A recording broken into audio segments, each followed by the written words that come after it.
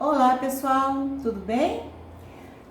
Estamos aqui para mais uma aula de filosofia, né? Na aula passada a gente viu sobre a dialética socrática, sobre a forma de diálogo, a forma de expressão, né? Ou como ocorria na polis. Hoje nós vamos ver como acontecia a filosofia na polis grega, ok? Espero que vocês tenham realizado as atividades e tarefas, porque facilita para nós darmos a continuidade no conteúdo. Vamos lá. Vamos lá, pessoal? Então, vamos lá. Fazer uma introdução dentro da filosofia, como era a filosofia na polis grega. Para vocês, só recordando um pouquinho, que vocês devem ter visto já em história, né? Que a democracia surgiu nas polis gregas, em Atenas principalmente.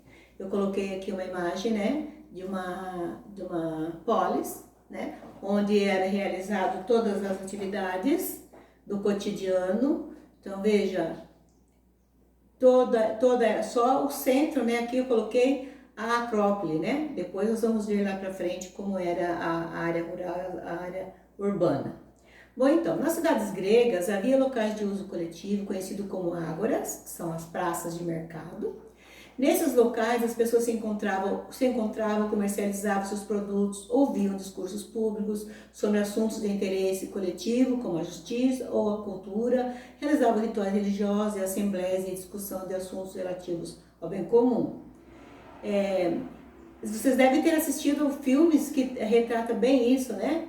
Vocês assistem filmes dessa época, do Império Romano, muitas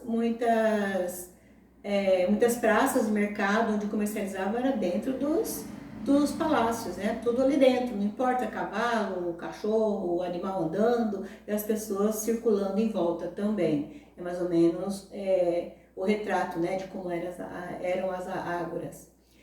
Muitos dos discursos eram realizados por sofistas, mestres na arte retórica, que tinham o papel de convencer o público sobre um determinado assunto. Lembra que a gente viu lá na aula passada sobre a dialética socrática, que existiam os sofistas que tinham uma retórica, que eram os professores que ensinavam na época, mas que Sócrates eram contra as ideias, né, de ensinar em troca de pagamentos. Ele acreditava no ensinamento gratuito e não no ensinamento para receber em troca algo, para ensinar alguém. Aí aqui eu coloquei uma imagem de um sofista fazendo uma conversa, né? Um ato público, tentando convencimento. Era tão importante a fala deles, por eles falarem bem, ter uma boa retórica, né? Que eles influenciavam muito a influência deles era muito forte nos cidadãos. Muitas vezes determinava o rumo de uma votação e até mesmo o destino do país. Isso a gente não vê o poder do discurso do nosso presidente, né?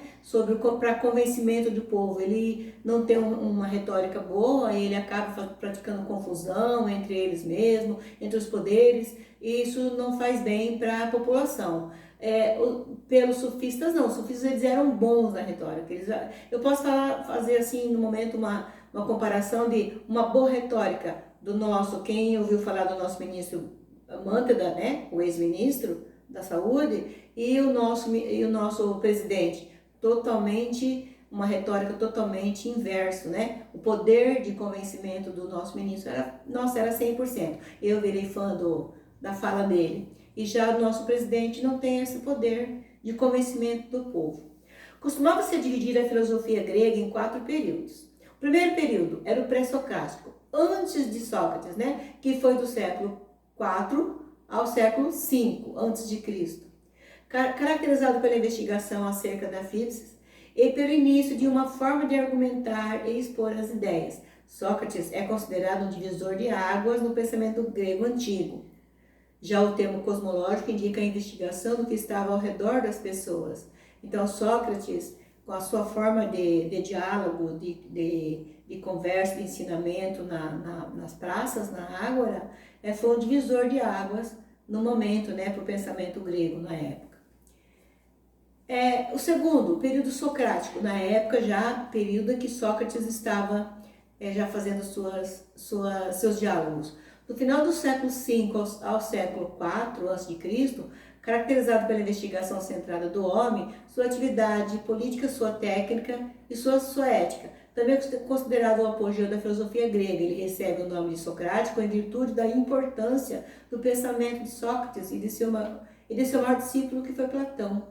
Então, desde o começo, né? Veja, antes de Cristo, Sócrates já fazia, em seus diálogos, praticava a filosofia. E aí Platão veio, né? Que foi um discípulo de Sócrates. Sócrates não deixou nada escrito, como vocês já sabem, nada editado, mas sim tem os seus seguidores. E um dos seus maiores discípulos foi Platão. O termo antropológico indica a reflexão filosófica a ser o ser humano e suas relações, pois é o termo grego para designar ser humano, né? O terceiro período pós-socrático, pós-Sócrates, século, vocês viram que o século aqui está em ordem decrescente, né? Antes do nascimento de Cristo. Do século IV ao século III a.C., caracterizado pela tentativa de apresentar um pensamento unificado a partir de diversas teorias do passado, interessado em fazer a distinção entre aquilo que poderia ser objeto do pensamento filosófico. O representante desse período foi Aristóteles, filósofo que realizou uma rigorosa classificação dos seres, objetos e conhecimentos de sua época. O termo sistemático indica a maior preocupação do período do pensamento aristotélico. Então foi aí pós Platão e Aristóteles fazendo uso, né, dos ensinamentos de Sócrates na valorização do pensamento do ser humano. O quarto período é o helenístico. O período helenístico, ele ficou conhecido como helenístico pelo fato de que era o nome atualmente da Grécia. Na época era o nome da Grécia. A antiguidade conhecia como Hélade, que era o nome conhecido da Grécia, né? Os gregos denominavam-se helenos, e a palavra helênico era empregada para se referir a quem pertencia à Grécia. Após a denominação dos macedônios, Alexandre o Grande difundiu a língua e a cultura grega em outras regiões do seu império. Esse movimento ficou conhecido como helenismo.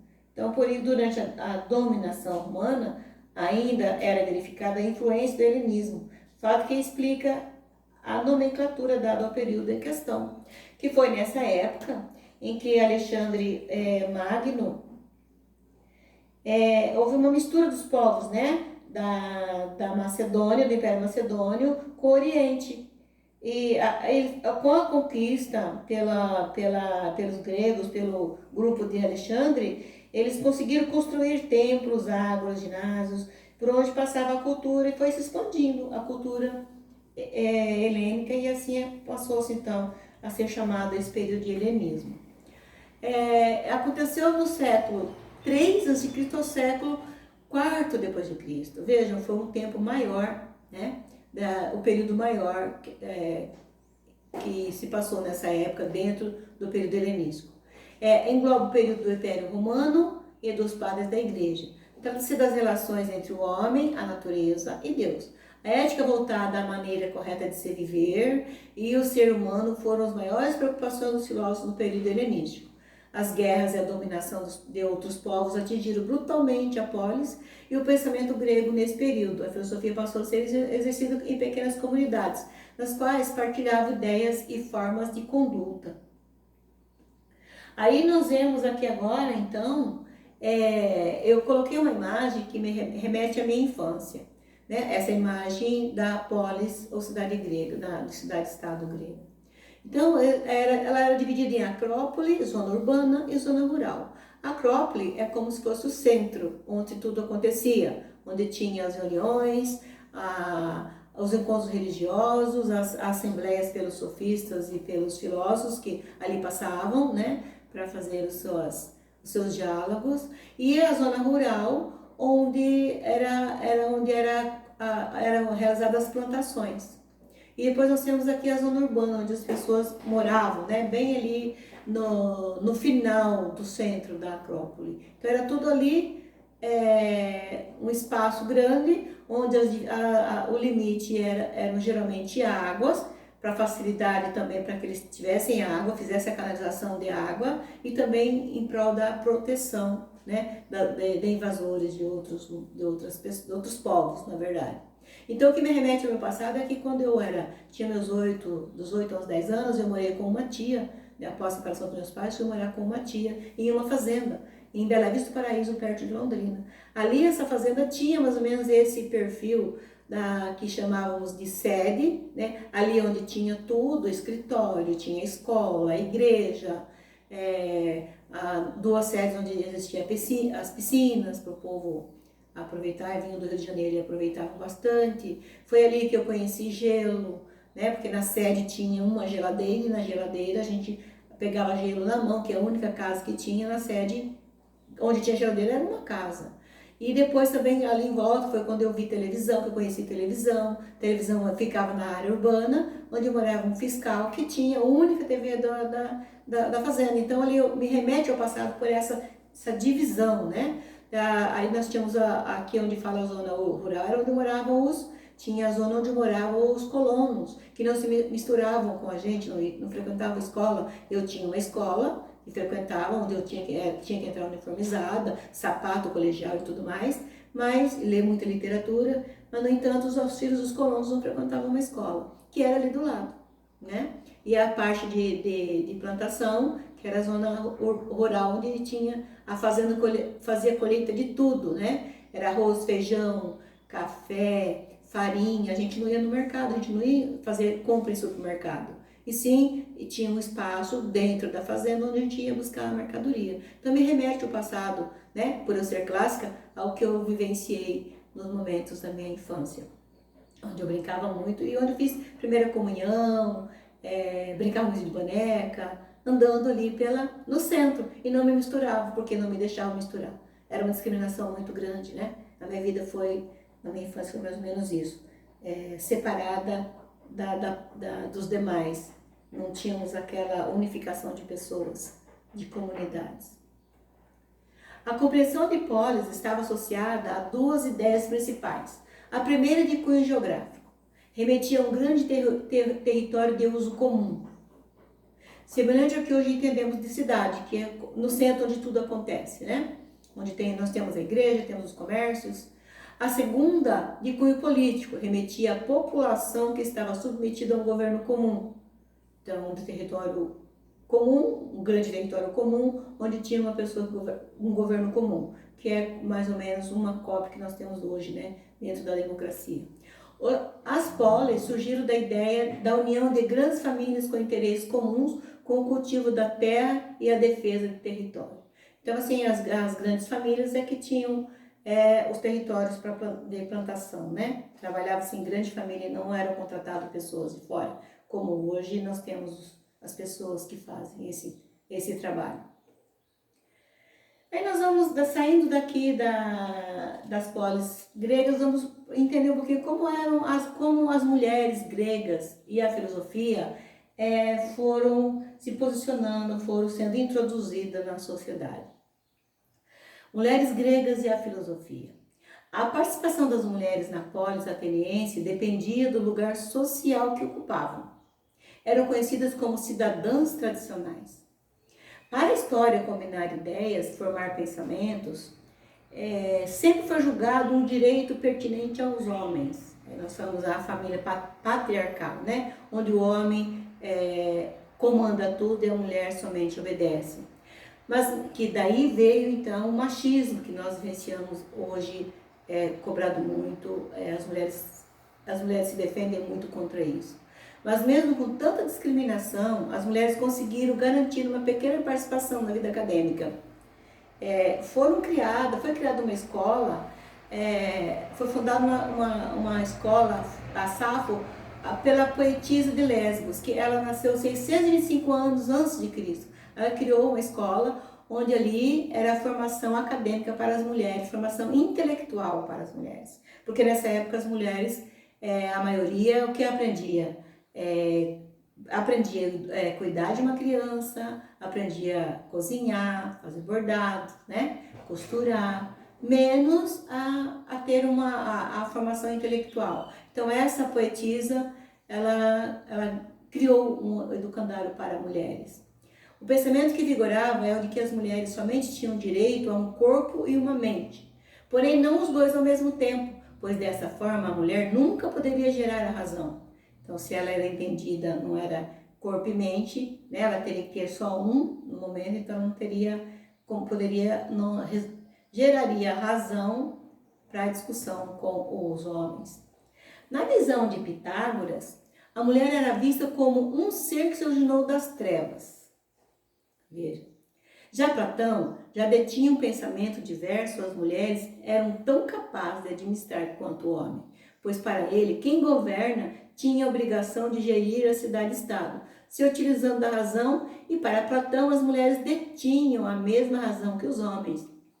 Então as mulheres já eram tidas perante Platão um ser entendido como ser humano, como homem. Graças a Deus, né? Platão nos valorizando. Aí vem Aristóteles. Aristóteles via a mulher como um homem não completo.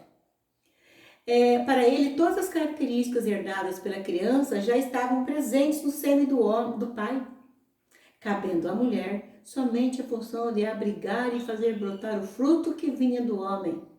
O homem coloca a frutinha, né, na mulher, e aí a mulher brota o fruto do homem. Ideia é essa aceita e propagada na Idade Média. Então o homem tinha todo o direito, e quando muitas vezes nascia mulher, se fosse mulher, já nem aceitavam a mulher, né? Queriam mais que fosse do sexo masculino, para que tivesse mais homem para trabalhar, mais homem para garantir o sustento, para garantir a governabilidade e tudo mais. Para Tomás de Aquino, uma vez a mulher tendo sido moldada a partir das costelas de um homem, sua alma tinha a mesma importância que a do homem. Para ele, no céu, predomina a igualdade de direitos entre os sexos. Graças a Deus, né? Pois assim que se abandona o corpo, desaparece a diferença de sexo, passando a ser tudo uma coisa só. Para Deus não existe sexo. Então, na ideia dele, que nós temos os direitos iguais, porque após a morte somos valorizados, né? Sem perceber as diferenças de sexo. Todos somos iguais. Veja aí de onde vem a igualdade, da democracia, os direitos iguais, né? Platão nos defendendo como os mesmos direitos, os mesmos ser. Tomás de Aquino a mesma coisa. Para Hegel, a altercação existe entre um homem e uma mulher. É igual a que há entre um animal e uma planta, sendo que o animal se identifica mais com o jeito do homem e a planta se molda mais conforme o aspecto da mulher, pois seu progresso é mais pacato, deixando-se levar mais pelo sentimentalismo. Se estiverem no comando, o Estado corre perigo, pois, segundo ele, elas não atuam de acordo com as exigências do agrupamento de pessoas que estão governando, e sim conforme seu estado de espírito. Então aí, pensando já que a mulher é mais sensitiva, né? Ele já via isso em nós. Não que nós tínhamos a capacidade, né, de governar, mas a gente hoje sabe que isso ajuda muito no comando de muitas coisas hoje na atualidade. Desculpem aí esse batuque, o vizinho aqui está batendo com alguma coisa, eu estou gravando a aula e não tem como sair daqui, tá ok, gente? Vamos desculpando aí, estou em casa fazendo isso. Todavia, embora a discriminação sofrida pelas mulheres no caminho da filosofia, é notável que ao longo da história da filosofia, certas mulheres se enfatizaram como criaturas humanas que procuraram pela sabedoria e trilharam os passos da ciência. No século XX, há uma evidência especial em algumas filósofas importantes. Dentre elas, podemos citar Hannah Arendt, que vocês vão ver mais lá para frente sobre, ela fala muito sobre nós entendermos um pouco sobre o mal, né? Que às vezes o mal nós entendemos de uma certa forma que não teria outra opção para se entender, para a pessoa ter aquela ação, né? Simone Weil, Edith Stein, Maria Zambrono e Rosa Luxemburgo. Essas são as mulheres, né, filósofas importantes da época. Essas mulheres contestando a ordem patriarcal da sua época tornaram-se filósofos admiráveis e, sem dúvida, colaboraram terminantemente para a constituição do conhecimento. Então, são mulheres que vieram, que estudaram, fizeram seus estudos em cima do prol dos nossos direitos, né? E veio para nos ajudar, na verdade. Quando nós tem uma imagem na apostila de vocês, que tem ali uma mulher sendo julgada, no Museu da França tem essa imagem, né? O homem forte e a mulher tentando fazer como se ela saísse das trevas. Vocês têm essa imagem aí na apostila de vocês. Na página 24, vocês têm uma tarefa para ser executada. Essa tarefa vem analisando sobre como está como está o lugar onde a gente vive. Vem perguntando para a gente fazer uma reflexão. Você está satisfeito com o modo como sua cidade é organizada? A forma que ela é organizada, você está satisfeito? Como é dividido os bairros, o centro, nós aqui temos o porto, né? A área do porto, como você concorda com essa divisão que Paranaguá tem? Por quê? Nela há espaço de convivência que contempla a diversidade dos grupos locais? Esse espaço de convivência existe no lugar onde você mora, né? Geralmente nós encontramos esses espaços nas praças, né? Paranaguá tem praças de centro de convivência, onde é o lugar que as pessoas mais procuram para relaxamento, para divertimento, para encontros de amigos. Vocês aí têm um lugar. Onde será que é o lugar que vocês encontram?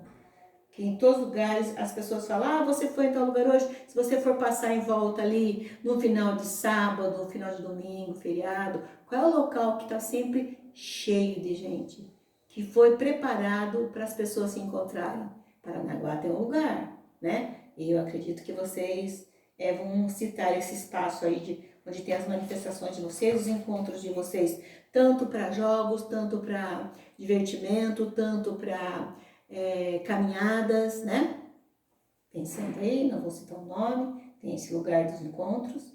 A segunda atividade, em sua cidade, há espaço para todos expressarem suas opiniões e sugestões de melhoria?